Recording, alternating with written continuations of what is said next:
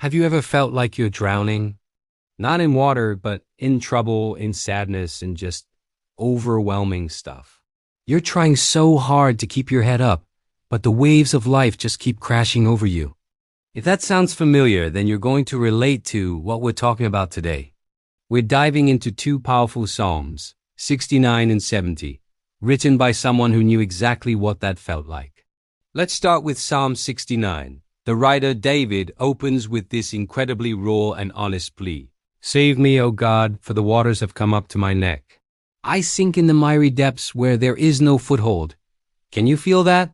He's not just having a bad day, he's in a crisis. He feels like he's sinking in quicksand, completely stuck and helpless. He talks about his throat being hoarse from crying out to God, his eyes failing from looking for help. It's a picture of utter desperation. What's causing all this pain? It's not just his circumstances, it's people. He says he's become a stranger to his own family, and that those who hate him without a reason are more numerous than the hairs on his head. People are mocking him, making up songs about him, and judging him for his devotion to God. He's being misunderstood and rejected, and it's deeply painful. This isn't just ancient history. It's a feeling so many of us experience today. Being laughed at for your beliefs, being isolated because you choose a different path, it's a heavy burden to carry. But here's the beautiful part. Even in the middle of all this pain, sinking in the mud and facing ridicule, what does David do? He turns to God. He doesn't just complain. He prays.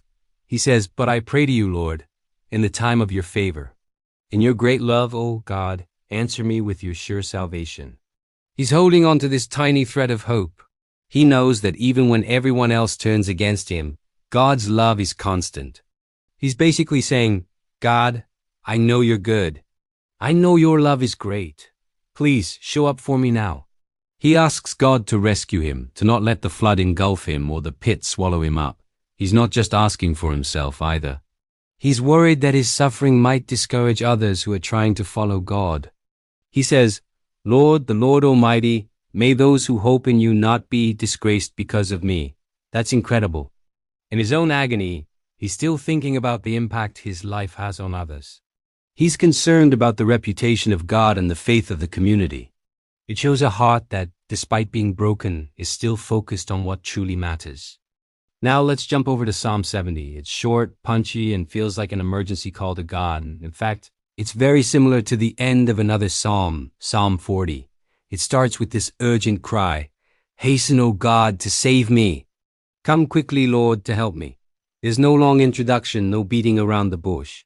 It's a 911 prayer. God, I need you, and I need you now. This psalm is like a concentrated shot of what we saw in Psalm 69. David is once again dealing with people who want to see him fail, who take pleasure in his misfortune. He asks God to bring shame and confusion on those who are trying to harm him. He's not being vengeful for the sake of it. He's asking for justice. He's asking God to vindicate him and show that siding with God is the right choice. But just as quickly as he prays against his enemies, he prays for his fellow believers. He says, "But may all who seek you rejoice and be glad in you. May those who long for your saving help always say, 'The Lord is great.'" It's a beautiful shift in focus. He wants the community of faith to be filled with joy and to constantly praise God. It's a reminder that even in our personal struggles, we are part of something bigger. Our prayers for deliverance can also be prayers for the flourishing of others. And then he brings it right back to his own situation with such humility. He ends with, "But as for me, I am poor and needy. Come quickly to me, O God. You are my help and my deliverer. Lord, do not delay." He's not pretending to have it all together. He's not posturing. He's just laying it all out there. God, I'm a mess. I'm helpless without you. You are my only hope, so please, hurry. So, what can we take away from these two psalms? First, it is absolutely okay to be honest with God about your pain.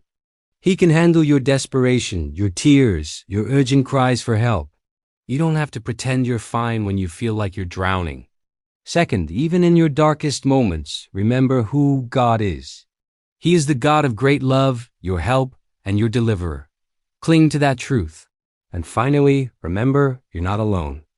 Your struggles and your faith are connected to a larger community. Pray for them and know they are praying for you.